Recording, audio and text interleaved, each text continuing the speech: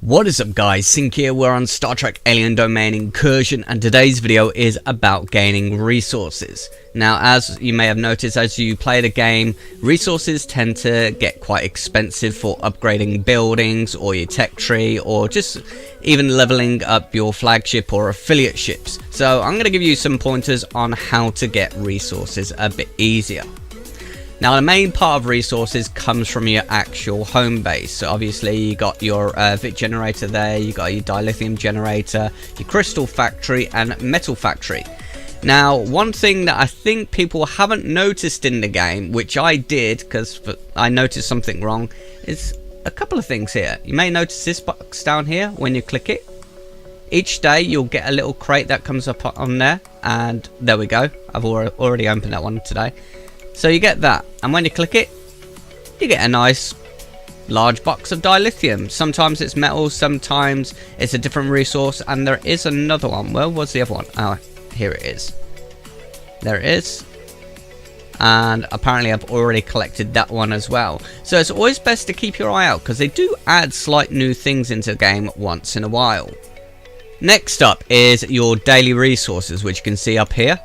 You can actually get daily resources just by completing these little fights. Now, depending on what your strength is on your ships, depends on which one you can actually click on, because as you can see, there is a different amount that you can claim. So always pay attention to which one you're actually going on.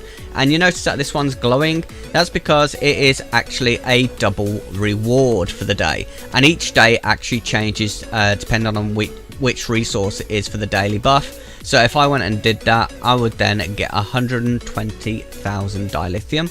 And I'll quickly just do that now. So skip that. There we go. One. And there's my resources. So you can do that for all 4 resources there. Now also take note that with your bank, you've got the alchemy. And depending on the level of your bank, depends on how many alchemy you can do a day. And it takes 30 minutes to actually process. And when that's done, you actually get 1,000 latinum, which is kind of useful. Next up is the HQ support, and in here every day you get a free lot of metal, crystal, dilithium, as well as story points. Now they are level dependent, so as soon as you unlock it you can't go straight for all of them. Things like vitality and skill points, they do actually cost in-game credits. I'm not going to spend credits on them because I don't actually need them at the moment. So that's another way of getting resources. Now also down here where you see debris, as you go into any of these, you can, I'll just quickly start one off. Well, actually I've already done this one. As you can see, I've got 150 metal boxes small, which contains 200 metal in, so that's quite a fair bit of metal. I've got 60 crystal box smalls in there as well, so I'm just going to claim those. And all you need to do is just dispatch, let's have a look which one's got the most. Send those 63 out. And every 15 minutes they get into either a fight or a collision with an asteroid, so eventually you will lose all your affiliate ships. Best thing to do is come and check on it every hour or 2, depending on how many affiliate ships you send out. So I've sent 63 out, so I'll probably leave it about 3 or 4 hours before I check on it. Now also up here, as you can see, there's like a little fight there. Now I'm not going to be able to contend with that because my power isn't strong enough, but if you actually go into the lower level ones and you're doing these, you actually get different bosses that you can fight. So let's go in here. Can I dispatch another squadron? Yes I can. So I shall send those lot out.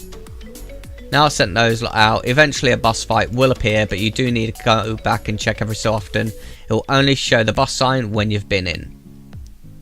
Next up is basically finding a planet like, say, this one, which is native creatures that can be colonized, and literally just colonizing it.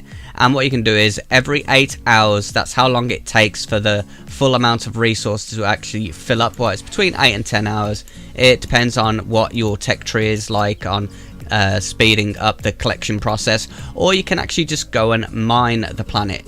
Now you can only mine planets that are either in your faction or are native creatures which say can be colonized. However, let's have a look for a red one. Oh wait, no, the red ones can be mined as well. Now you will notice with planets that are native creatures, you've got the grey ones and the red ones. Now the red ones you can actually go in ahead and loot and gain resources that way. Now can we skip this one? I'm not sure if this is a skippable one. No, it's not. I'll wait for this to play out. But with the grey ones, you can't actually loot those planets. Now you can loot either the red native creatures ones or opposing factions. Now with the opposing factions, you can have a slight chance of not facing just the defense force, but if they put a clone defense in there, you'll have to fight the defense force as well as a clone of the players' ships that they've put in formation there. So it's not always guaranteed to be one fight such as that. It could be 2 or even 3 fights. And as you see, I've gained 12,000 metal there, as well as some feats. Feats I'll explain in another video. So they're literally all the ways that you can gain resources. Now I hope I haven't actually forgotten any other type of way of getting resources that I could explain to you guys. Hopefully that's all of them that I can remember. But if it did help, don't forget to leave a like. Anything that you need to know, leave it in the comments section. I'll be sure to answer it. Otherwise, I shall catch you guys next time. Toodles!